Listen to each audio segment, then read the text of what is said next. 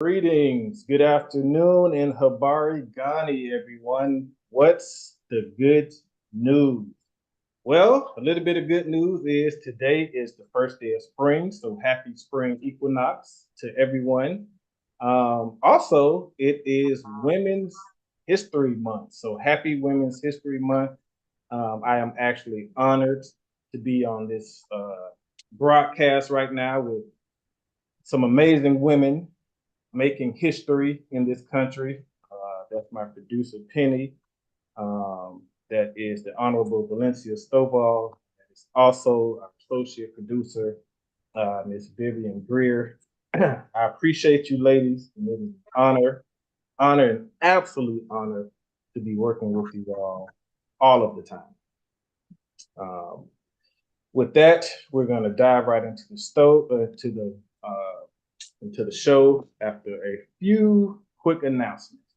First, I'd like to say that you are listening to the new WCEG Network on WCEGTalkRadio.com.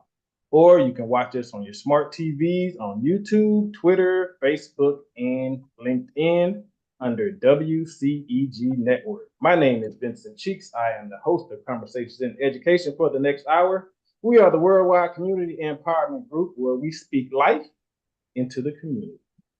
Subscribe to our free YouTube channel on the WCEG Network. Like, follow, and connect with us on Facebook, Twitter, IG, and LinkedIn. We have new platforms. We have mobile apps on the iPhone. Go to your app store, search WCEG Talk Radio. Apple TV, search WCEG Network TV. Apple Watch, search WCEG Network. And on that other phone, you can go to your Google Play Store and search WCEG Talk Radio. And just so you know, the topics and opinions are those of the show host and the guests, not WCEG Network. Thank you for your continued support. With that being said, this is a political show today.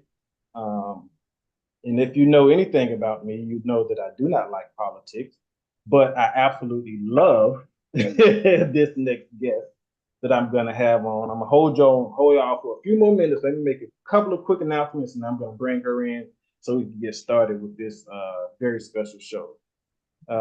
As I said, it's Women's History Month, so happy Women's History Month. I also want to shout out another great woman who is doing her thing, making history in Atlanta, Georgia. And her name is Mia Walters. She is the young lady that wrote, produced, directed, and acted in the stage play that I was in on February 29th, which is called Deep Greenwood Ignited. This woman is doing God's work by producing this play. The play is about Black Wall Street, aka the Tulsa, Oklahoma massacre that happened in 1921. And I think it's very important for this story to be told because a lot of people don't know about this story. I asked my uncle, who was 20 to 30 years older than me, about if he knew it. He didn't know about it. My cousin, 10 years younger than me, he didn't know about it. Cousin, 20 years younger than me, she didn't know about it. So there are a lot of people that don't know about this very important historical piece of information. So if you don't know, please Google the 1921 Tulsa, Oklahoma massacre. Mia does an excellent job of telling the story. The cast of the stage play was absolutely amazing. From Mia Walters herself to my coach, Austin Holmes, to Cornelius Jefferson, and everybody else that was in the cast. Everybody was absolutely amazing.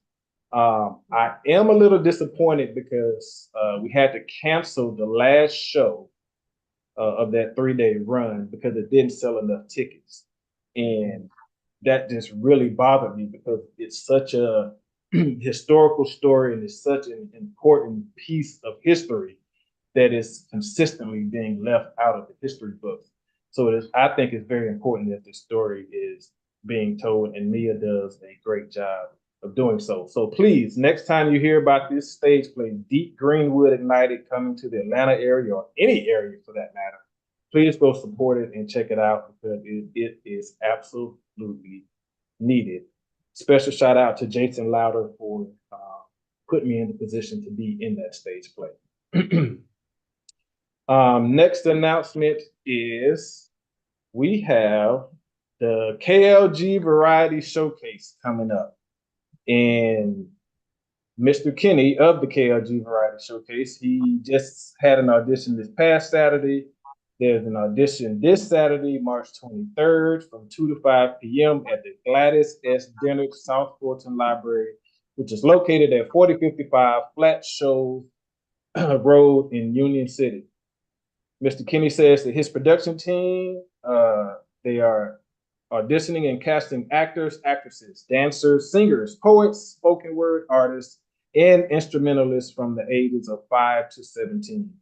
The KLG Variety Showcase will be presented at the South Fulton Library on July 27th, 2024 at 3 p.m.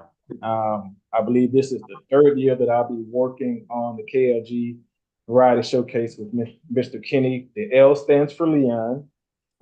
It is a wonderful opportunity for the youth, especially the ones that are starting out and just really starting to showcase their gifts and talents to the world. It's done at the library. It's a pretty quaint audience, so it's nothing too big. So for those who are novice and just starting out, those who are even more seasoned veterans, it is a great opportunity for them to showcase their talents. So please, if you have a young person that's itching to get out there and showcase their talents, KLG Variety Showcase is the place. July 27th is the date for the show, 3 p.m. Thank you very much. And with that, we're going to get into our regularly scheduled program. I'm going to introduce my guest for today. She has 8 years experience working in the Georgia House of Representatives, which she was voted to in 2012. She's helped pass legislation like HB 614, which protects special needs students. She's helped develop a $45 million capital infusion grant for Clayton County local governments. She is recognized by the National Council of State Legislatures as a woman in politics making a difference. She has a meet and greet on March 28th at Travelers Rest Missionary Baptist Church. It's for educators, am I correct? Yes, that's correct. It is for educators. I wish I was in town. I would definitely be there. Please help me welcome the Honorable Valencia Stovall back to the show. Yes, thank you so very much, Vincent. I appreciate the opportunity to be able to come back to your listening audience to talk about my next campaign, which we're in now for Georgia Senate District 34. So I appreciate it. Yes, ma'am. And it is an honor for me to have you back here again. Like you heard me say before, I've told you this several times. I don't trust politicians. I trust Valencia Stovall because I know her. I've seen her working in the Black community, the Latin community, and the white community on more than one occasion. And that speaks volumes to me. So Thank you. I told her at the beginning of the show, before we came on the show, that she used to be the only person that I could trust in politics. But now, since our other co-host, Norman Carter, is in politics, I can say I trust him also. And Valencia is also the co-host of Issues and Answers with Mr. Norman Carter. Mondays at what time? The first and third Mondays at 4 p.m. First and third Mondays at 4 p.m. All right, let's dive right into it, Ms. Stovall, the Honorable Valencia Stovall. So you worked in, as I mentioned, 8 years in the Georgia House of Representatives, and now you're running for Georgia State Senate. For people like myself and those who may be listening that don't know the difference, please explain to us the difference between those two positions. All right, so both are elected by the people, and Okay. you're elected according to your constituents or the voters in that particular district. So you must live in the district. So in this instance, where I'm running for Georgia State Senate District 34, it takes in portions of Clayton County and Fayette County. So you must stay within the district in District 34. And so the difference between the House of Representatives, where I served for 8 years, like you mentioned before, and the Senate, we both passed legislation Both chambers are constitutionally mandated to pass a balanced budget. That's what we have to do. Now, passing legislation and other things come along with the responsibility of being an elected official at the state capitol. And the House, on the House side, one of their priorities is they're the ones that start the budget process. So Okay. it starts in the House. On the Senate side, whenever the governor has an appointment for the different departments, then it has to be approved by the Senate. So kind of mimicking the same on the federal level, as far as responsibilities on the federal level. In the House, they start the budget process. Same thing on the U.S. Senate side, where the president has appointments, they have to be approved by the majority of the Senate. Okay. So that's the difference between the two and the similarities between the two. And we are, like when I go talk with students, I ask them about the three branches of government, which they learned in school. Right. And I always stress to them that I was the legislative branch of the government. So that's the other part to that. Okay. And you mentioned to me before that the primary is on May 21st, correct? Correct. And early voting starts April 29th. Yes. So the primary, some people may have got a little confused with the presidential primary that just ended.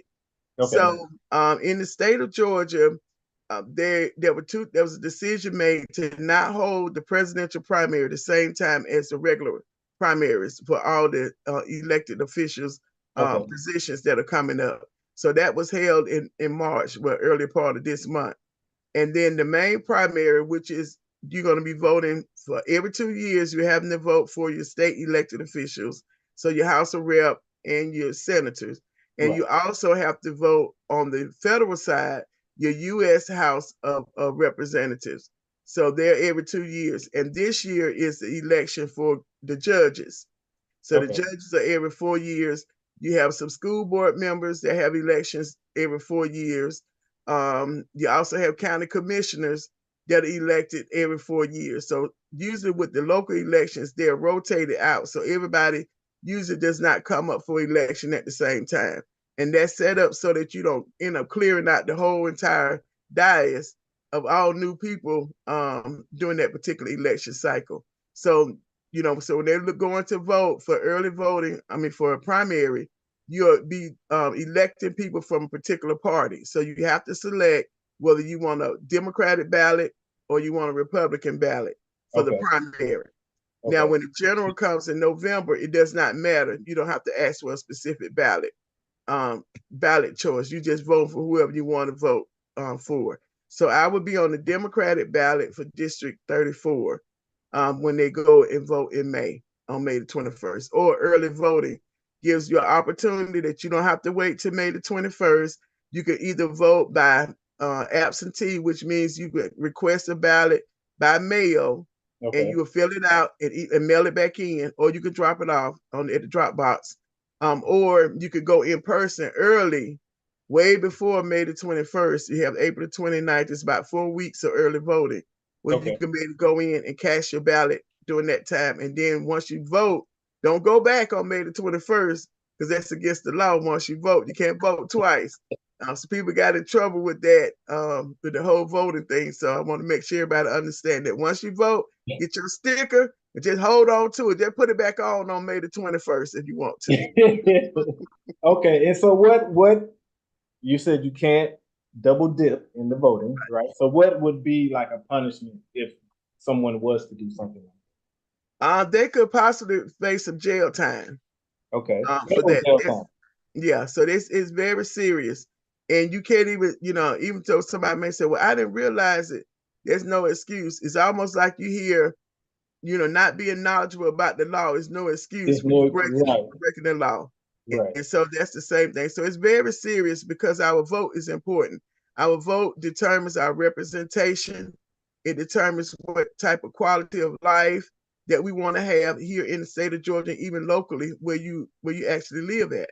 And so it can't be taken lightly when it comes down to voting. And you have to be able to trust the voting process, to trust the system and the voting process. And that's where a lot of people end up saying, I don't want to vote. I don't think my vote counts, but I'm gonna tell you, your vote does count.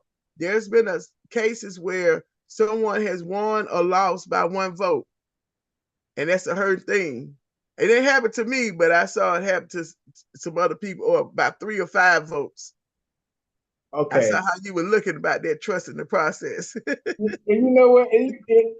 We we've kind of had this conversation before, and I was gonna bring this up at the end of the conversation, but because you kind of dipped into it now, especially stating trust the voting system and the process.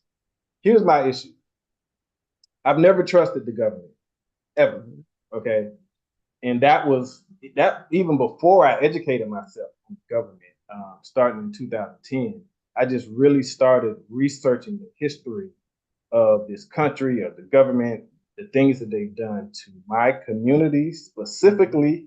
And it just really leaves a sour taste in my mouth every time I think about it. And then I'm the type of person because I've done so much studying and research on this country, I divest myself from the things that I find to be problematic. I divested myself from the educational system when I worked there during the Atlanta Public School cheating scandal. Right. And I saw how they were miseducating our children and pushing them through the system. So I divested from that educational system. I divested from the criminal justice system. I was a criminal justice major in college. Wow. Okay. When I learned the laws, then I learned how the laws were applied to my community. Didn't leave a good taste in my mouth. Mm-hmm. And so I divested from the criminal justice system. Family court system. I got railroaded by the family court system. My son's mother kidnapped my son from me. Mm-hmm. Took me through this whole thing. That's a whole long story. But because of that, I divested from the family court system. I'm in the process of deciding if I'm even going to vote this go around, because I'm so disgusted with the whole political system and how it operates, and I feel like the electoral college is just a fail-safe for the government to put who they really want in. Like, it's just all of this stuff. So now I've been really, since 2024 started, I've been deciding if I was going to vote this year, because it just doesn't sit well with me, knowing the history of this country, the government, and the things that they've done to my community. It just doesn't compute well. It doesn't sit well. And so, and before everybody out there gets in a tizzy and starts coming at me and wanting all this stuff, I've been called out my name. I've been, anything when I disagree with politics, people get very emotional about politics. It triggers a lot. It triggers. And so I don't agree with the two-party system. So I divested from that, and I started the last 2 elections, I voted independent. Right. So I tell people I vote independent, I still get yelled at and cussed out because now I'm wasting votes and I don't really care, because if I did, I wouldn't rate vote, and I'm stupid and I'm dumb, and it's just all of this stuff. And so none of that, first of all, let me just say, none of that affects me either way, because whatever decision I'm going to make, it's going to be because of the merits that I decide that I want to make the decision, not what anybody else says. And so I say all that to say I have no trust for the entirety overall of the system, right? And so for someone like me, what would you say to someone like me? Given all I just laid out to you and why, I have rationales for every decision that I make, how would you address someone like me? Well, first of all, I much respect that you're able to, express that. And there are a lot of people like you that are out there that don't trust the system. And if not, we wouldn't have the independents that end up voting independent, which I ran as an independent candidate for U.S. Senate. Okay. So yes, I remember that.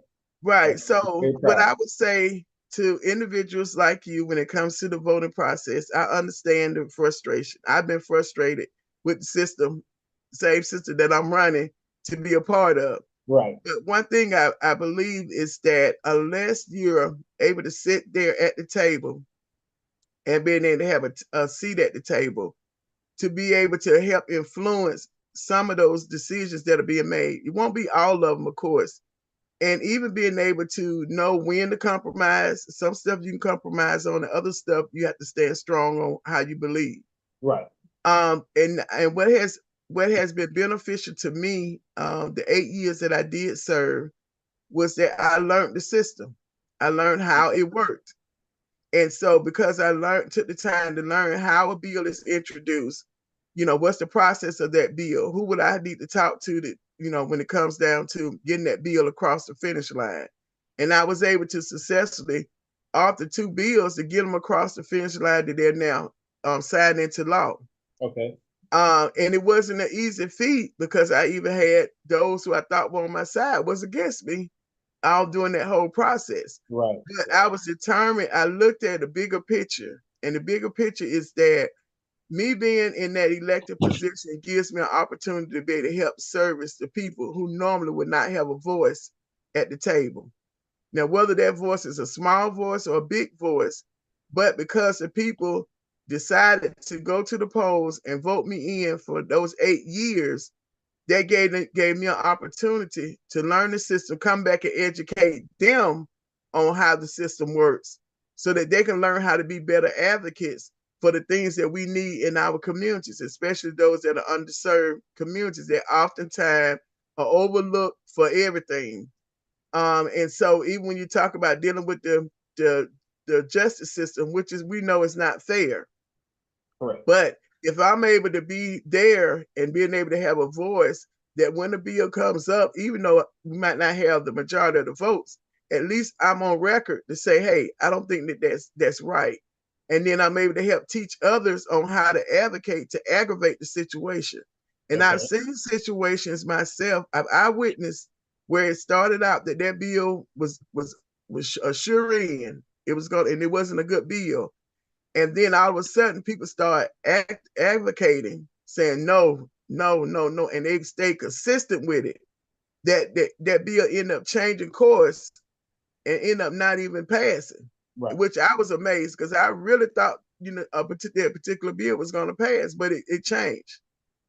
So in summary, short end is that I know you don't trust the system, and some of us that's in there want to be a part of the system don't trust it. But that's why I decided to run and being able to do my part. But if you stay at home and you don't vote, then good people like myself and others who have a heart to serve the people won't get an opportunity because those that do go vote are the ones who going to make the decision on who's going to represent you. And what you end up getting is probably not what you want because you didn't have an opportunity to participate in that system. So learn how to work, learn how to look at how do we work from the inside out, because what we've been doing in the past is working from the outside in, and you're not getting in. But once you have somebody that's in there that's true to what it is they want to see happen, then you can make changes happen from the inside out. And it's gonna take time. But you look at the small stuff that we can accomplish, and then you work towards the bigger picture. Okay. And what you said just makes sense to me. I can't say it convinced me, but it definitely makes sense. But I listen. I listen to you because you're you, and I know who you are and what you stand for. And so you are one of the few people that can tug on my ear and I actually listen. And I respect that so much about you. You just said that you have to change the system from the inside out. I had a conversation with a Hebrew Israelite brother a couple of years ago. And it was about the same thing, voting and all of this stuff. And someone mentioned about, the handful of good politicians that are in there and what they're trying to do to change the system. And this guy, the Hebrew Israelite, said that it's impossible to change a system that has been operating the way it has for hundreds of years from inside the belly of the beast. I'm guessing you would disagree with that. I would disagree and disagree. So no, 100% you can't change it from the inside. It has to be pressure applied from the inside and the outside. Okay. Right. So once you apply the pressure from the inside, so those few of us that are on the inside, constantly advocating, constantly, applying the pressure, then those on the outside, like yourself and the voters who we've educated on how the system works, then once you all start applying the pressure on the outside, something's gonna have to give. Right. Okay.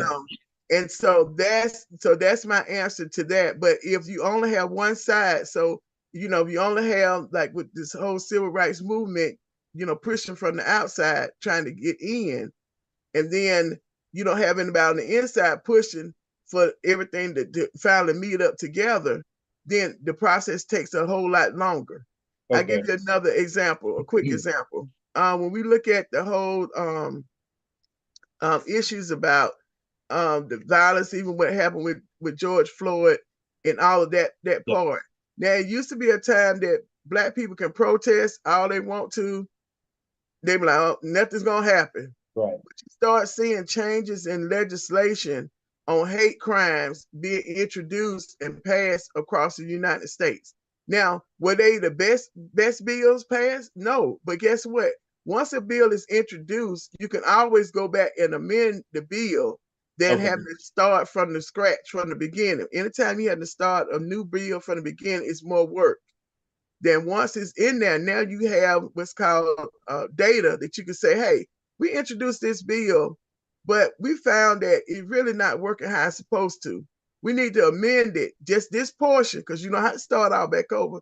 That portion that's just not working, you go in and create another legislation to amend just that section of the bill. But see, that happens from the pressure that was applied from the outside, which were the people protesting. Then you have people on the inside saying, hey, how can we be elected officials and not listen to what's going on? We know, we can see that there's discrimination that has happened. So that's what happened when you start seeing those bills being introduced, that it was pressure from the inside and pressure from the outside.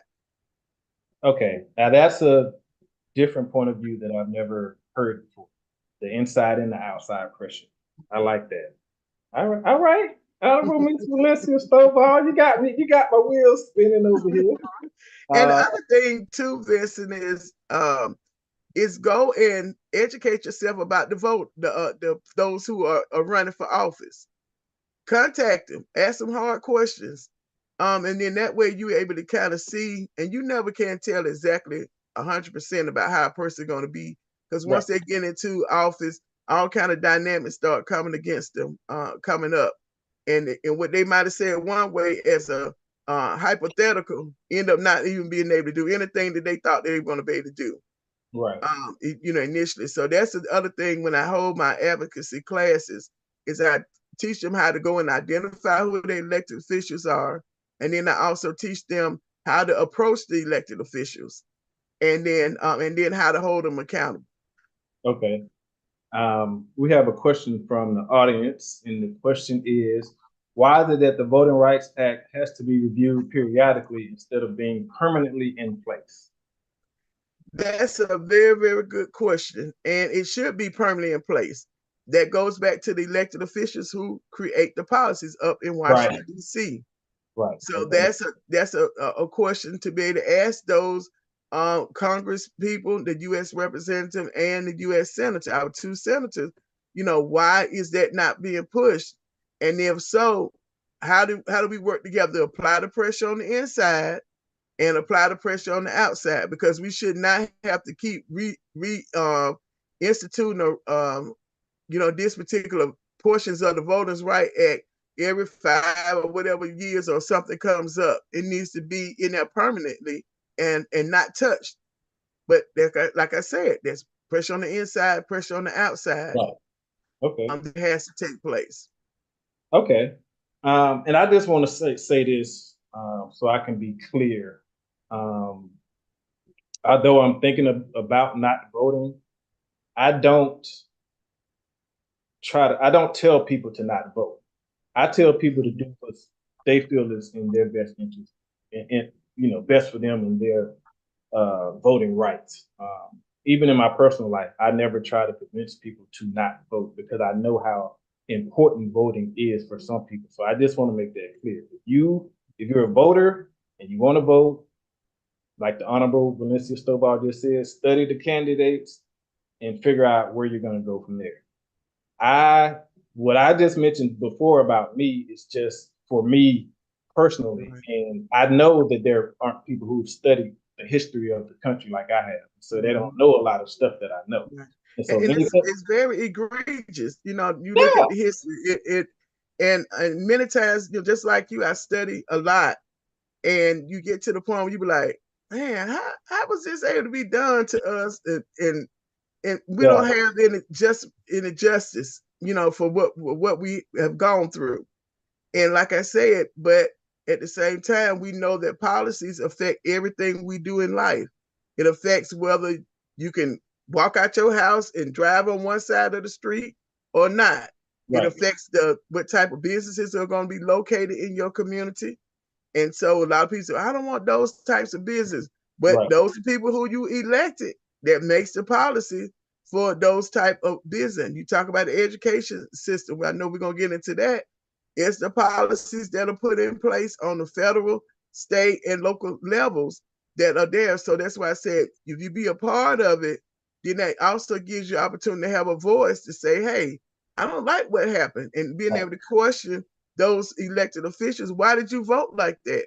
And sometimes, not all the time, sometimes they're limited in information. And I've seen that, among my colleagues down at the state capitol, even locally, they have half information, and that's how they're voting.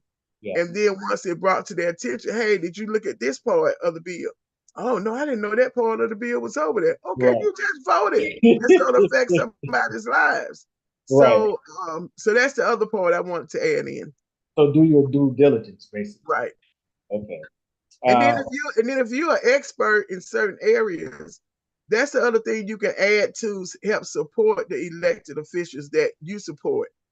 It's offering your expertise to them on different issues, because they don't know everything. I didn't know everything down there. I have certain areas that I focus on, and other areas I have a clue on. Right. But I had reached out to, I had an advisory council of people that I would reach out to when bills come up to say, hey, how's this bill going to affect you? And they're able to give me, Representative, it's going to affect this way, or now you okay to go ahead and vote for it. So that's the other thing, is utilizing your own skill set, the expertise, to help educate your elected official on how they need to be voting, because that's what happened in the more affluent areas. They educate them very well on those issues and how they should be voting, and that doesn't happen a lot of times in our communities. Correct. Okay, we have another question from the audience. Why did you change from the Democratic to the Independent Party back to the Democratic Party? Very good question. That is a good question. Yes, and I'm ready for that answer. So, because I am representative of the people, and when I vote and I go down to the Capitol, I'm voting on behalf of the people that I represent. And sometimes I could agree with my Democratic Party. The other times I didn't. There are times I agree with some of the things the Republicans, other times I didn't. Okay. And when I ran as an independent, I had just left the legislature as a Democrat, but before I left, I changed to independent party because I'm able to work on both sides of the aisle. Okay. And because I'm able to work on both sides of the aisle, I was able to get those two bills signed into law. It wasn't about compromising, my beliefs or anything. I stayed firm with what I believed in, but I was able to talk to both sides. And anytime you're dealing in, especially in policies and politics, you have to be able to be versatile to be able to work with both sides. And you'll be surprised at some of the leaders that people think they're hollering, oh, I'm all for this right here. Behind closed doors, it's another conversation. And I saw that firsthand my own self. Yeah. And the last thing on that part is, why is it when Bernie Sanders, who is an independent now and was an independent when he decided to run for Democrat for a presidential election, nobody questioned him about why he left independent to come Democrat to run for president, Right. and then went back to independent? He didn't stay as a Democrat. He's back in independent. So why is there no question brought up to that? And people like myself who decide to do it, everybody want to question, well, why did you do that as if something is wrong? And I'm not saying the person who asked the question looked at it as if it was something wrong, but what I'm saying is when you're going to ask a question, be fair across the board and question everybody that may do something that's similar, not because it's certain people that do it. Okay. And Bernie had a lot of Democrat support. He almost won until they got to South Carolina, and that support ended up going to Biden.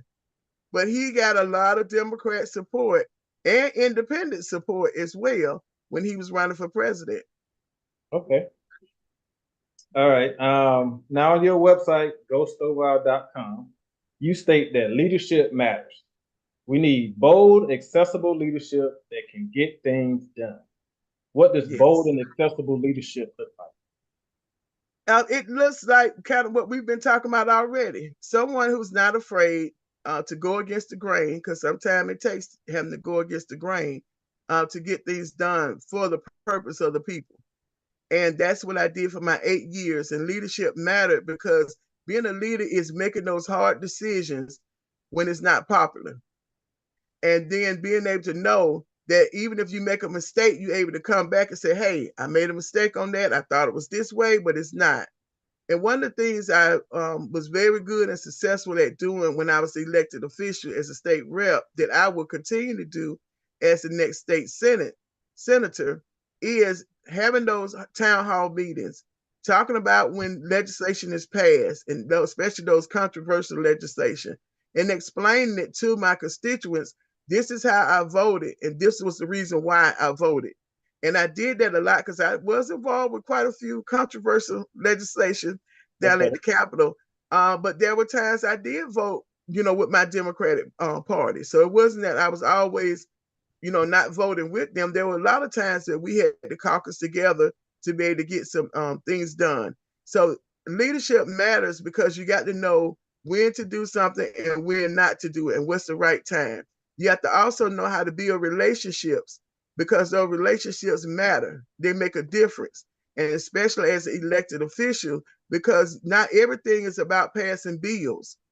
There are some things that just your influence can cause some good things to happen in your community. And I give you an example when I say that is that the whole $45 million that you mentioned earlier, and that was because Clayton County and some other counties as well were not allowed to collect the sales tax from jet fuel. So whenever the airplanes are fueling up, just like we go and buy gas at the gas station, we have to pay taxes on. We were glad we had that tax break for a while, but the same thing for the airplanes. They have to fuel up and they are charged taxes on them fueling up. Okay. And so because the airport, Atlanta Hartsfield Jackson Airport, sits 80% in Clayton County, as a local jurisdiction, we are allowed by law supposedly to be able to tax each airplane that's fueling up. Well, Clayton County is in a unique situation. It does not own and operate the airport. Atlanta does, but it sits on the dirt of Clayton County. So this particular federal FCC law, FAA law, did not allow Clayton County to be able to collect jet fuel taxes from whatever was collected. And so because of that, that made a deficit in our budget for the school system, for the county, and for the local cities. And so going back to leadership, at that time, I was the chair of the Clayton County Legislative Delegation. And I used my influence from the relationships that I built with the Republicans on the other side of the aisle to be able to influence and ask Governor Deal to consider Clayton County, which is a majority Democratic county, I must say, to allow a remedy for the loss of that jet fuel, and it came in the factor of $45 million as a stopgap to be able to help us to our next SPLOST was collected. So those things like that, same thing dealing with Atlanta Technical College, being able to use my leadership influence that we have a satellite office in Clayton County with Atlanta Technical College right in Riverdale. Okay. Same thing with the farmers market, Atlanta State Farmers Market, which has been in existence over 50 years. It is the largest Southeast distribution of agriculture in the United States, not just in Georgia, in the Southeast, but in the Southeastern United States. So with that, it needed renovations on some of the buildings. And also Clayton County was never getting the acknowledgement for the farmers market being located in it because it said Atlanta State Farmers Market. Right. So I created House Study Committee, got it passed, that would study the revitalization of the Atlanta State Farmers Market. And in that, we put in a request as our result from the report about the renovations and also changing the name of the farmers market. So now it reads Atlanta Clayton Produce and Terminal Market. Okay. So now Clayton County has their acknowledgement for it being located in Clayton. But that came from leadership. That didn't come from me sitting on my hands, twiddling my thumbs. That came from working and utilizing and knowing how to utilize that position in that office to get things done. Gotcha. Okay. I'm gonna move along through the questions kind of fast because we got on the golden thing kind of. But I want to make sure we get into the meat of your issues that you're going to be running on. And so I know one of the things you said you want to do is you want to modernize education. How is that accomplished and what does it mean? So when you look at education, so my platform is pretty simple. It's the BUCK, which is economic rejuvenation, the book, which is reimagining education, and the ballot, which is government accountability. Okay. And so with that, when you talk about education, that's the book part of it, and reimagining. We have a system now that's in place where it's not performing at the level it should be for every child. Right. We have a percentage of 65% of our young kids not being able to read at third grade level, on or above third grade level. And what happens is third graders become adults. And this was a study done by Deloitte back in 2016 that they predicted that those third graders are going to become adults who are illiterate and not able to read, which that's what we're dealing with now. Right. So if we don't look at how to stop and change courses with where our education is going, we're going to continue to have adults who can't function be productive in our society. And that's not good for everybody. So when you look at modernizing it, it is coming up with a plan. I have not heard of a plan. I always hear of the opposition of anytime reform measures are introduced. Oh, we don't want that. That's going to take away from this and that and that. Okay, if that's going to take away, what's the plan? Right. For that could be an option. And I think that the best thing is having an option for all parents, for all students, and not just sticking with one type of education setting for all of them. And that's when you talk about modernizing it. Because when you think about preparing our young people for globally, they're not just looking at one type of education system that's done most of the time in the more developing countries that are really high when it comes to economic development and globalization. They have all these different choices. And that's what we talk about modernizing, is coming up with a plan, which is some of the things we'll talk about at the All Educators Meet and Greet event that I have coming up on the 28th.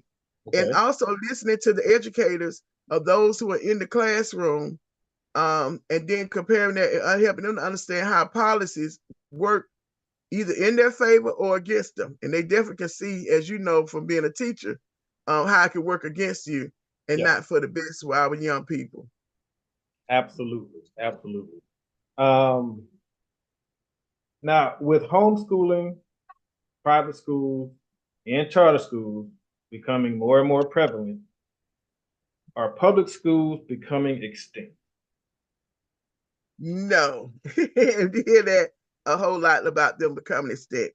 Kind of going back to the answer I just said is that all forms and choices should be available, because the reality is that we have children that develop and grow at different levels and space and paces. And if you just have, okay, everybody has to go to a public school, and you're not allowing the opportunity for the parents to be able to have another option in their development of their child. And they may leave and go to a private, come back to the public, or go do homeschooling for a year or so, come back and may do virtual online schooling, or may decide to go to a charter school because they have a specific curriculum that they're working on that they cannot find in the traditional schools. And one thing, even with charter schools existing, they only can exist if there's a need not being met by the local public schools. Now, many people might not understand that I graduated from public school. My dad did have an option of a choice, because Southside was a magnet school, which means that you had a magnet school inside of a traditional setting of school. But you had to test to get into that magnet school, and you had to keep a certain GPA. So, in a sense, that may be discriminatory as well, because the kids that were in the magnet, of course, got more attention and got more opportunities for being able to go to college and exposure than the kids that was in a traditional setting of that same school in the same building. And I have heard this a lot, even when I talk to young people today. So that's why I said, but that was a choice that my parents made to allow, and my sister as well. She was in the magnet school at Southside as well. But that's the choice they were able to make. And so my whole thing is, no, public schools are not going anywhere, because they have some people that say, I want my child to be there. But for those parents who say they're not getting enough there, and I can't wait till the system get fixed, because that's what we're looking at now. I can't wait. My child can't wait. Yeah. So I want this option for this. This is my taxpayer money as well. And so allow me to be able to make that decision for my child, along with educating the parents on what those options really can and cannot do, and the limitations of it. So it's a combination, of that when it comes down to, our public schools. But we have great public schools, and we have some that have some challenges that need some help. But it comes to accountability. So we can't hold one set of framework of schools accountable and not hold our traditional public schools accountable. They have to be held accountable with the monies that they receive and how that money is distributed out. Right. Well, the reason I asked that question is because I hear people all the time talking about how they're putting their children in private school and charter school. I have even a subsection of friends that homeschool their children, and not only do they homeschool their children, they actively promote homeschooling to other people. But they're trying to get this homeschooling thing to grow and take children out of public school. I just feel like, and I've also read articles where there are charter schools that are taking money away from public schools, which I don't even understand how that could be a thing. But I feel like the more and more these things keep happening, that public schools eventually will end up having the poorest and the least educated children occupying them. And I just don't think that would be the best thing either, especially if they're continuing to pull money away from public schools. Public schools already have enough problem with getting proper resources, and computers, and all type of stuff.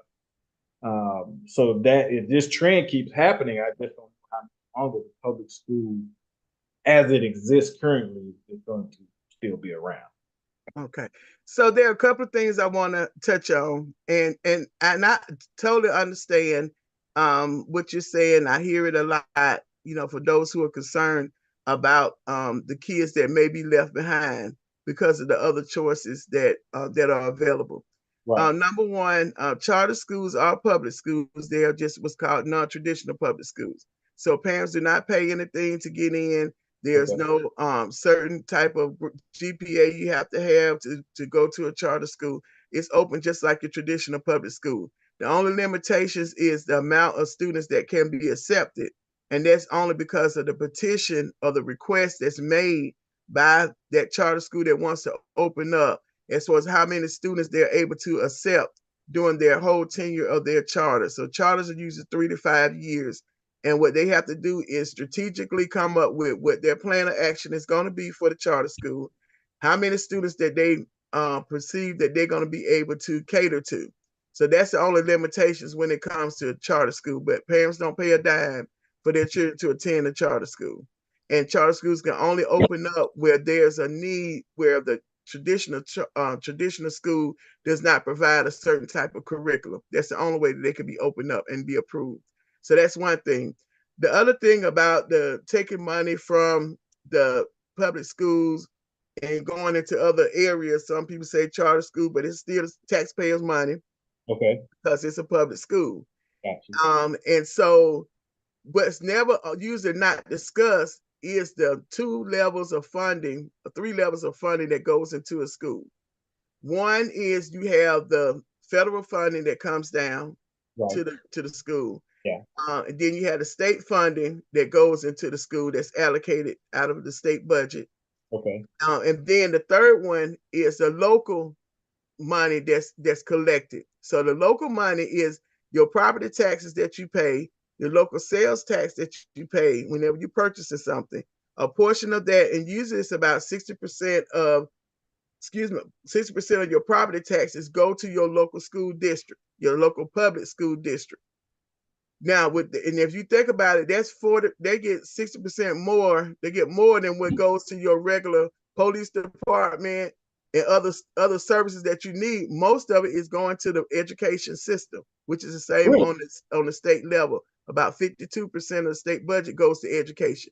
So there's money going to the education system. Okay. The question is, how is it spent? And then when you think about those individuals like yourself, say for instance, you don't have any children in the school system, but you still pay taxes. Right. So that means that's a free money, additional money that the school system is getting for a child that they never going to educate because they don't have them in that seat because they're not there. Right. And then for those parents who decide for private school, guess what? Their children are not at that public school. So what happens to their tax money that they're paying in? It's not going to their child. It's going to whoever the other children or however that money is being spent. Right. So that's why earlier I said about accountability. When do we have a conversation with our traditional school leaders and saying, how is this money spent that we always saying we need more money, more money, more money? How is it being spent for those, that extra money you're getting for kids that you're not even educating? How's that money allocated out? And then when you look at private foundations that also give money to our school system, you have private companies that give money to the school system as well. So there's a lot of money that's there. I'm not saying that the money is enough. What I'm saying is let's look at what that budget looks like and how is it really being spent. Because a lot of times our special needs students are at the lowest bottom of the totem pole, but they need the most services. So when we talk about modernizing education, you asked me about earlier, it's changing the student formula. There's a formula that's used that's determined on how much per child that's going to be allocated from the state budget. Remember, I told you that's the state. Yeah. The school system decide on their own. They have autonomous authority to decide how they spend their local tax dollar. It had nothing to do with the state. So you have the local school money, you have the state money that comes on top of that. Then you have the federal money that comes on top of that. Okay. So that's a lot of money. So the conversation needs to be, how is our money being spent at my local school around the corner from me, or my local school district is having a conversation about that. Okay. That makes sense. But I didn't know it was money. The money was coming in from those 3 different. Yeah. See how it's framed all the time. You would think it's just the state giving the money. Right. Yeah. And so I want to make sure everybody's educated on that part. That's why I talked about that whole advocacy. So now once you understand that, you could go and talk to your school board member. Hey, will you host a town hall and explain, break down to us about that budget? And why is it that you need more money? How's this money? Why you have books in the warehouse that we're not utilizing for our kids. You know that from being a teacher, that Right. there were Yeah. a lot of curriculums, and every year somebody have a new idea, or when you have new administration, new ideas. So that's modernized. Why every year we're changing what we're teaching? Why we don't have every child in the state of Georgia, all of them from kindergarten to first or second grade, learning the exact, on the exact same level. Then as they get to third or whatever, you could then change it. That saves money for the school district because everybody's using that one particular type of curriculum. Right. And so it's a lot of ways when you talk about modernizing, but I did want to make sure we were clear about that money because that's always an issue that comes up. Yeah, and I appreciate that because I didn't know that. That's why I love having you on Conversation with Education because you're always bringing the great information. Okay, thank you for that. This next issue piques my interest. It says you have a plan to improve voting, get reparations for descendants of chattel slaves. How is that going to work, ma'am? Please. Yes, and I know with your extensive research background, you're saying Stovall got to be crazy. It, I But ain't gonna say that, but it definitely made my ears go like this. that goes back to kind of the conversation we had earlier about inside, pushing on the inside and then pushing on the outside, applying that pressure. It's nobody has a doubt that descendants of chattel slavery have suffered and continue to suffer in America. And when you talk about even in Georgia being one of the slave states, you can't argue about that. That's a fact. Right. And so what I will be doing is pushing for legislation to create a commission that will study what does that reparation and the effect that has happened on those in Georgia. I can't affect what's happening in another state. I don't live in another state, Right. but we live here, and that can range. And they're different. To me, there are different types of forms of reparation. It is not. Some people say, "I want my check." It's not just the check. It's about generational wealth. The generational wealth, because we already know there's a wealth gap here in Georgia. I'm speaking specifically about Georgia. We know about America, but here in Georgia. And so what does that look like? I don't have a clue. I don't know. I'm not an expert when it comes down to the economic side, economic side, and looking at statistics. I'm not the expert on the mental part of it, how it has affected, us as far as, racism, the systemic part of it. How has it affected our justice system with those that have been unfairly when it comes to sentencing? There's a lot of unfair sentencing when it comes to those Black people here in Georgia specifically. So what that looks like, I don't know. That's why you have the commission, and they will be authorized to be able to go and study and be able to hear from this and that, and then be able to move forward with not just sitting down talking about it, but moving forward with being able to put some things into action. There's some small things that can be done right now, even without a reparations commission, that could be done just by leadership, taking bold steps with doing it. Like minority contracting is one when it comes down to the Black contracting. Okay. In Atlanta back in the 70s, my dad was a field operations general when Mayor Maynard Jackson first ran for mayor. For those who don't know, he was the first African American to be elected as a mayor of Atlanta and of any southern city at that time. And so he put into place, because he said, I'm going to help my Black people.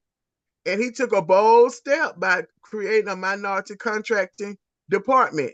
Okay. And they put, and him and other city council members put into a policy that if you done any business in contracting in the city of Atlanta, within the city of Atlanta city limits, you had to have a minority participant, a minority contractor with it. It didn't matter where it was.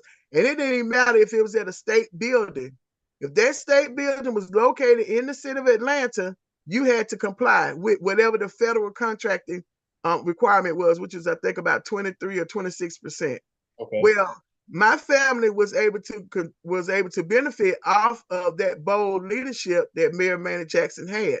My family had a printing business that was in place, and we were able to be a joint venture partner with at the Georgia Dome from 1991 when it first opened up to 2008. And so because of that rule and policy that was in place, we were able to come to the table. We never would have been able to get an opportunity to work with a merchandising company. Right. And so if you ever came to the Dome, the Georgia Dome, for a Falcon game, concert, or anything from 1991 to 2008, and you purchased non-food, so you purchased merchandise, we were in charge of those stands and providing the workforce for the people that were actually in those stands.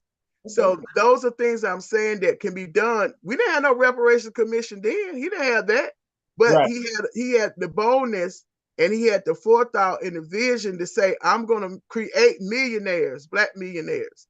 Now, I don't know if some of them continued their legacy and said, okay, I got it. I'm going to help some more come on up. That's a whole nother conversation. But the point is the opportunity was there. That's how some of them end up getting contracts at the airport because of that minority participation contract and requirement that the city of Atlanta had in place. And they had a compliance to it. So you can have a rule, but if you don't have someone to enforce it, it's still no good. Right. And so they did have someone that enforced that rule to make sure that that majority contractor did what they were supposed to do. Okay. Now, I appreciate your vision. I really do. Here's my thing, because we know that reparations, the meaning of reparations means to repair a wrong, right? This government doesn't even want to acknowledge the history of chattel slavery, so much so to the effect of them now trying to erase it out of the history book. So I'm not saying it's impossible. I'm just saying that for a country that won't even acknowledge the wrongs that it has done,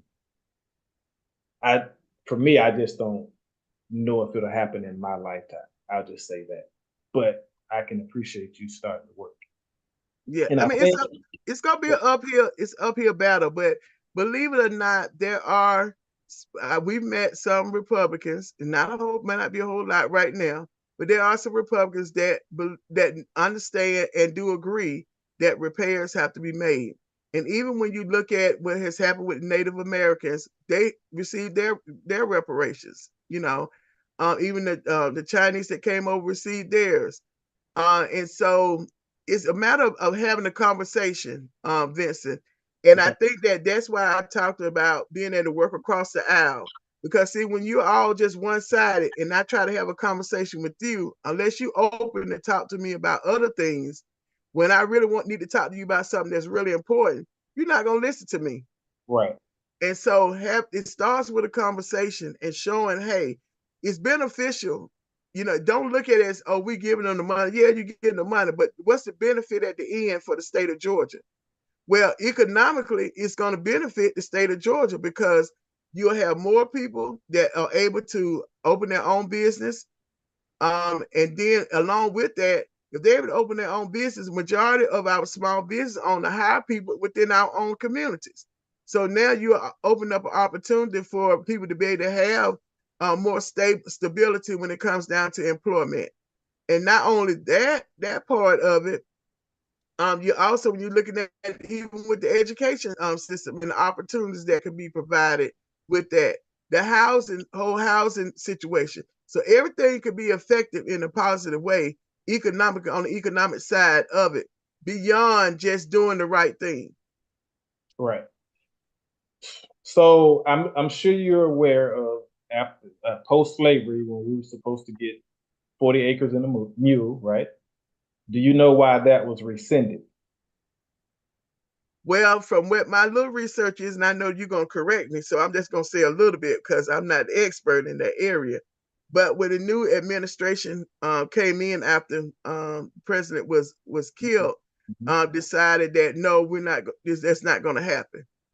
And so all of the talk that led up to, hey, what do you all think? The meeting with the ministers, hey, what do you all think is going to be best for being able to repair what America has done?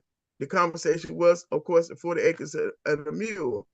And then once Lincoln was killed, assassinated, all what happened during his administration went away, and I think Andrew Jackson came in and said, no, I don't care what he said, my administration, and this is what's going to be done. And then since then, it's always been a catch up as to, hey, when we going to get back to what was agreed to during the Lincoln administration. So that's a little bit I know. I'm not no expert. You're absolutely correct with what you said, but the only thing I will add is that Jackson, who came in after Lincoln was assassinated, he said he didn't want to give that to our community because it would have given us too much of a leg up. It would have put us in better positions to be successful and to better ourselves, better our positions. Right. And due to racism, of course, he didn't want that to happen. So I still feel like that the mentality is still prevalent within our government. And so that's why for me, I just don't see that happening in my lifetime. But again, I do appreciate your vision. Okay, I'm gonna move on because I want to be done by 3:30 because I know you have a very busy schedule. But I'm gonna be paying attention to see how that unfolds. But thank you. Yes.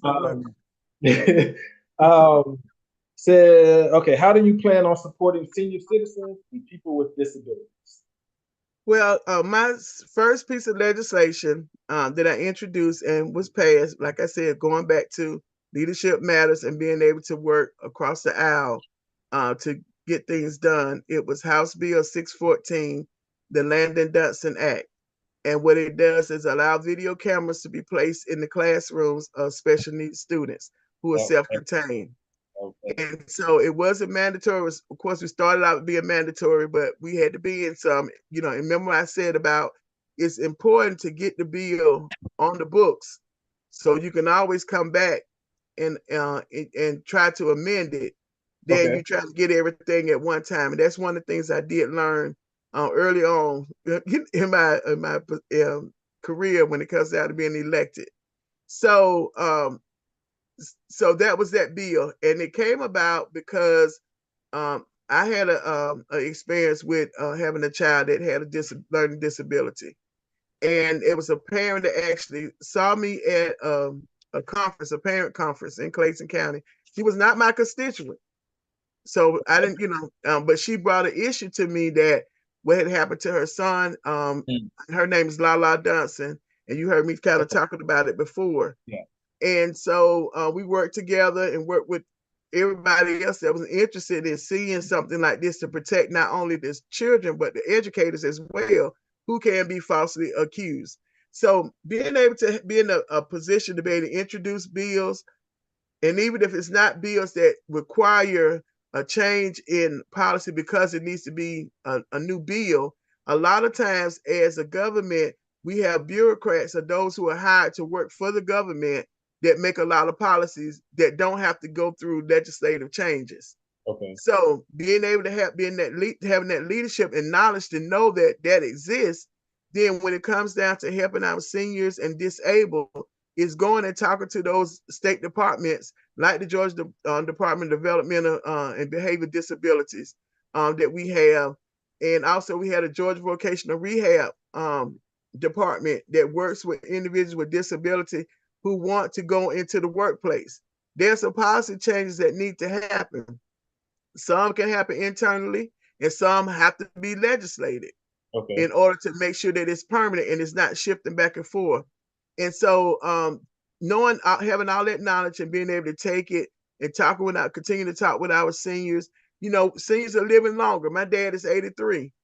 And very active, as far as, being able to go to the senior center sometimes, but sometimes he needs some help.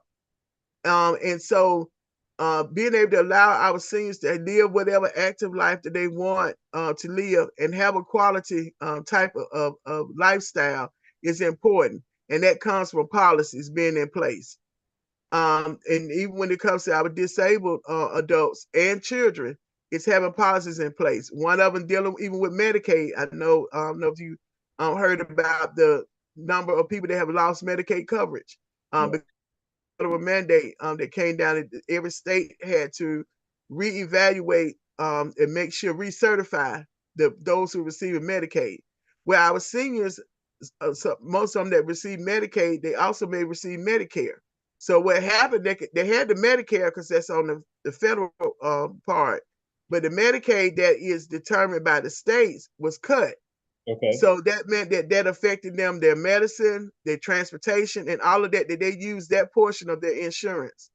So it's important to be able to know about those issues, being able to stand and fight for them. So that's how I plan on helping to support our seniors and the disabled, and making sure those students that are disabled have post-secondary options that are available for them that Okay. is within what they're able and capable of doing. Okay. I have two more questions for you because I think these questions are very important, not only for our community, but just in general. Well, the last one is definitely important for our community. But the first one is, why does the United States not have universal health care? And how do you plan on making great health care accessible? Let me tell you why this question is important to me.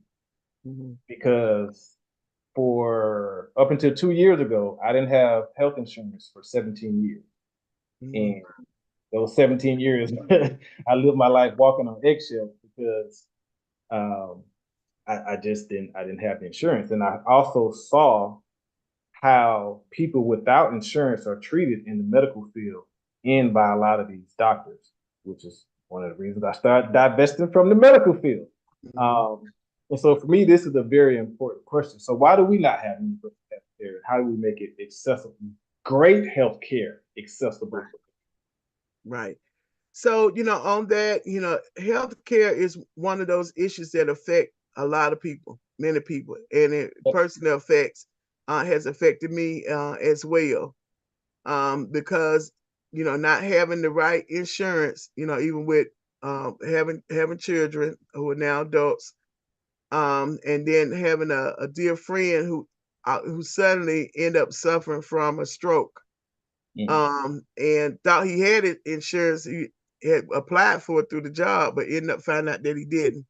So now he had to be among those who were considered to be uninsured, but needed, very intensive medical care. And still, and that happened in July.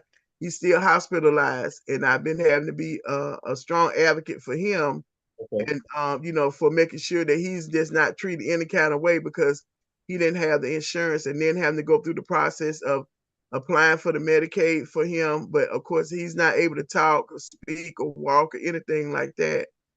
So I've seen the challenges personally on a personal level of how when you don't have insurance, how a lot of things are delayed when it comes down to your treatment.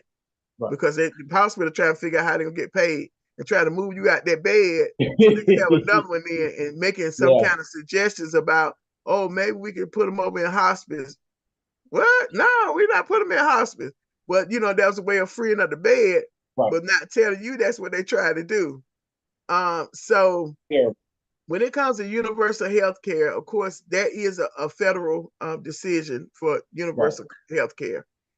On the state level, we can work towards, one is expanding Medicaid, the option for Medicaid. Also being able to look at our insurance department, our commission, and making sure that these insurance companies that are located in our state are being fair when they're issuing out insurance, health insurance, and even with working with our federal elected officials about the pharmaceutical companies that many times are charging too much for very, very needed medicine. Yeah.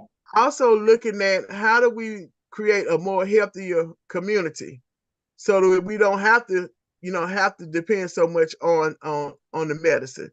Right. And so I think when you talk about our environment, how do we create more community gardens?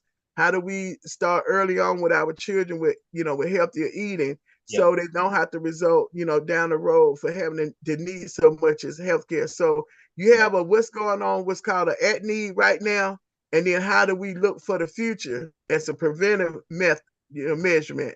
So by expanding the Medicaid, it allows those who normally would not qualify for Medicaid to be able to have the health insurance. So if you get sick or you feeling bad, you go on to your doctor, you have a primary care physician that can be able to consistently take care of your medical needs. And what has happened in Georgia, because we don't have a robust healthcare system that allows for individuals to be able to get the care they need. When one person gets sick and they don't have insurance, they go immediately to the ER because they know by law they have to be seen.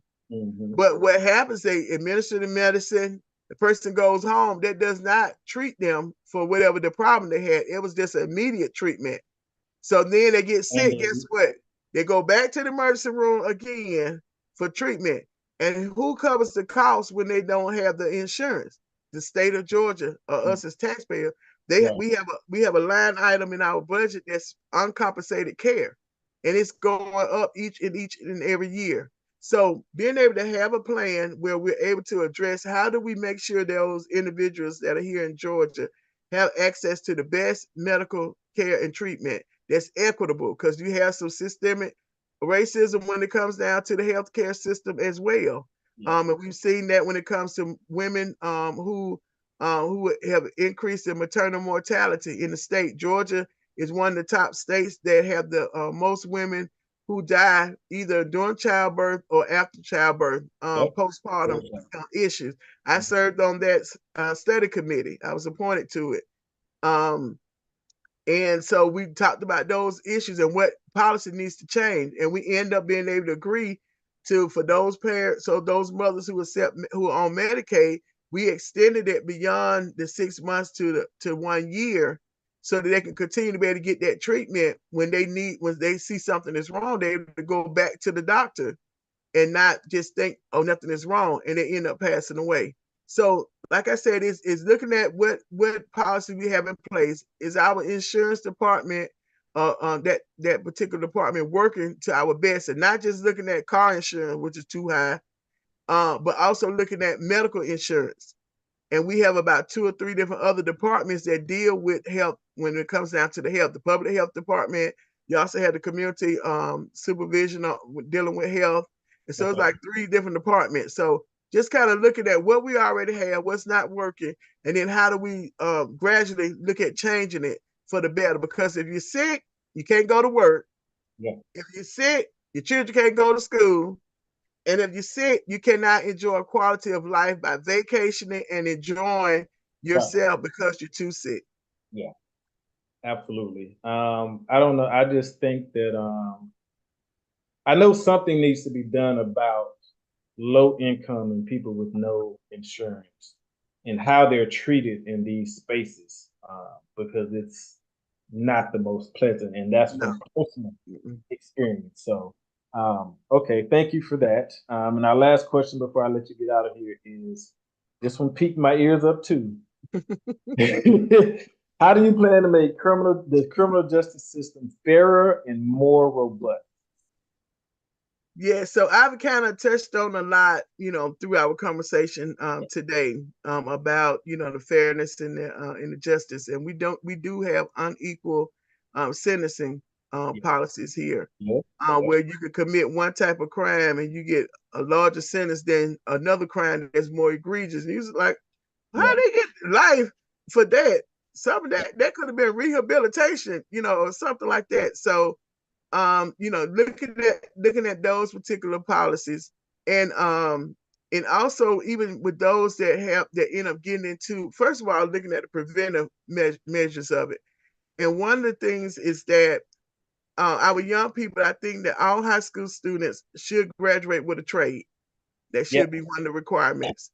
Yes. And so once they're able to know how to earn money and take care of themselves, that lessens the amount. I'm not saying some of them not going to do it, but that decreases the amount of students that end up having to get into the penal system from the beginning. I agree with that. And so, but once they get in the penal system, making sure that there are better rehabilitation measures in place. And some people can be rehabilitated, and some they're not going to do right. Right. And so being able to be able to decide that, and then putting people on these parole boards that understand the communities in which they are having to oversee whether somebody is going to be permitted to have parole or not. And there are a lot of, and then even the programs that we have within our prison system, particularly in the state, is making sure they really are preparing them for post prison time, so that when they do get out, Yeah. that lessons them for being able to be we call the re-entry program. So we're re-entering them into society. Okay. So are those programs that are in place really the best for them and getting them prepared? And then once they get out, even before they getting out, identifying those companies, and we do have a program that the State Department of Labor has that offers bonding for those individuals that come out of prison, because most jobs I'm like, I don't want to hire that person. They okay, Yeah. I can't trust. They gonna take everything I got. Yeah. So they have a bonding program that helps cover the cost that if you have any loss due to you end up hiring someone that has come out of prison, you're able to have that kind of additional insurance. But then looking at what other opportunities that we can have for them, whether it's not just working for somebody, but it might be entrepreneurship that can have them to be able to easily come back and help to transition in, and then the support that's needed for the families when they're re-entering in, because remember, a lot of them have been gone a long time. Right. And so a lot of things have changed from the time when they were out. So making sure that comprehensive, robust system is fairness in sentencing, making sure that they are treated with dignity while they are incarcerated, and then if the point of them getting ready to be re-enter back into society, making sure that we have those policies and resources in place to be able to help with that whole transition part of it, and the rehabilitation that's going to be needed for them for re-entering in. And I want to say, yesterday I had on my show my cousin who had been incarcerated but had started a clothing company before he was got into some trouble and ended up being incarcerated. Okay. And his mother, of course, kept the business going while he was in this, called the Trenches Global. And yesterday I kind of talked to him about what kept him motivated to, even he was doing designing clothes in prison.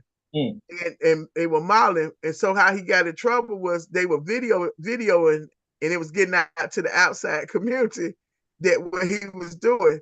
So it wasn't him designing and redesigning the prison clothes. It was because the outside community knew that this is what was going on the inside. So he's been released, and now he's really has taken hold of his business. And I was just excited to see that type of rehabilitation. But that was something he had his mindset on. That once he got out, and guess what? He didn't have to go try to work with nobody. He had his own business. And so that might have to be one of the other options, is how do we create entrepreneurship, because some businesses are just not going to hire them, but they want to do right. They don't want to go back. So if you got them, they want to do right. Just provide the opportunities for them, because it's better, even if they have families that have been sitting there waiting for them. It's better also for the mental part, with bringing that family back together. Absolutely. All of that is wonderful. Thank you, man. You're welcome. I enjoyed this conversation today. I always learn something from you when I speak to you. Thank you. I enjoy talking to you. Once again, everyone, the Honorable Valencia Stovall, running for U.S. Senate. State Senate. State Senate. Yeah, see, he got it mixed up, because I did run for state Senate, y'all. I was in that 21-person race, but that wasn't my time. So I've now decided to run back but go back to the state capitol, but a different capacity, on a different chamber, the Georgia Senate District 34. And that takes in Clayton County and Fayette County. So you all could definitely visit my website, gostovall.com. Just GOSTOVALL.com.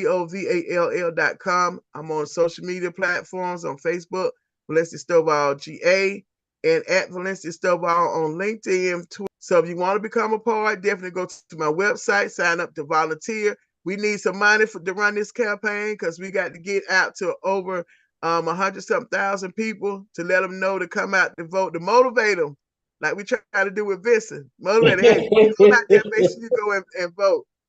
So I appreciate Vincent the opportunity, and definitely always glad to talk to you because you make sure we have a very robust conversation, Yes, and you ma'am. put those challenges to me to be able to have an answer, and when I'm able to have an answer. Yes, So ma'am. I definitely appreciate that and look forward to after the victory, bringing you on board as part of the advisory team as well, because you have a lot to be able to offer. And I like that, being on that side saying, I don't know about this. That Well, help I challenges appreciate me. that. Yeah, I'm it honored. challenges me as a leader to Okay. make sure I'm trying to be as inclusive as possible. Okay. Well, thank you. I appreciate that. I'm honored. All right. Thank you today for all the great information you provided. Thank you for what you do in the Thank you. because she's a politician of the people. I can speak to that. But thank you for all that you do. And with that, we're going to close out the show. Can I mention one quick thing I forgot? I don't know how I Yes, forgot it, ma'am. but on this Thursday is March the 21st. That is Georgia Single Parent Day. So if you Okay. are a single parent in the state of Georgia, you have a day, and it's March the 21st. That was my second legislation I introduced and was signed into law that designates that day. And it was brought about because resources are needed for single parents. I was a single parent, and the other young ladies that brought it to my attention, Beverly and Lenora and Miss Tom Macbeth, who were all with single parents. We saw the need and the resources is even greater now when we Okay. look at. So we're going to be at the state capitol on Thursday, March the 21st, starting at 9 a.m. to probably about 11. So make sure, and it's free. You can come now, just have to pay for your parking, or you can get on MARTA and get off at Georgia State exit. And come on down, join us on the second floor of the rotunda, and then we're going to take pictures on the house side. We hopefully be able to take a picture with Governor, and then we're going to go up to the gallery to get recognized. I appreciate Representative Kim Schofield that took the mantle up. Once I left, I had to find somebody that was going to continue it down at the Capitol, and she's done an outstanding job with that. And a reminder again, on the 28th, if you're in Clayton or Fayette and you're interested in education and how policies work and having a conversation on that, meet me at Travelers Rest. But you better yet, you can go to my website and get all the information that you need. If you don't know if you have Medicaid coverage or not, our second event that we are hosting is Souls to Medicaid 911. We've joined with the Kelly Lake Church of God in Christ in Decatur. That's where it's going to be on this Saturday. Yep, y'all, I have two events going on this Saturday. I got to split it up, folks. But it's going to be from 11 to 1 p.m. at Kelly Lake Cathedral Church of God in Christ in Decatur on White's Mill. There are going to be state workers there to be able to look at your case and help you to decide whether you have your coverage or not and be able to recertify you if need be. So you all make sure you go, plenty of information. Take the time because you don't want to go to the doctor and find out that you don't have coverage. Because guess what? The doctor's not going to see you because they don't know how they're going to get paid if you don't have that Medicaid coverage. So go ahead and make sure you check your status and come on out to the event. But thank you so very much. All right. Thank you to the Honorable Valencia Stovall. Before I close out, I have to give you my Scholar of the Week. This week we have David Balagoon, one of the youngest people in the United States to earn a high school diploma at 9 years old. Woo! He graduated from Reach Cyber Charter School in Pennsylvania. He is currently enrolled at Bucks Community College, where he completes a week's worth of homework in one day. This is a 9-10-year-old in college, okay? He said he loves science and computer programming, and he wants to be an astrophysicist when he grows up because he wants to study black holes and supernovas. So shout out to David Balagoon, my scholar of the week. All right, and with that, we're going to get out of here. Thank you once again to the Honorable Valencia Stovall. Thank you to the listening audience, and we will be back next month on August 23rd. God bless. Peace. All right. You said August? April 23rd. Okay. That's right. You be wondering why nobody's tuned in for some months. April 23rd, we will be back next month. Thank you and God bless. Peace. Okay, Thanks, bye-bye.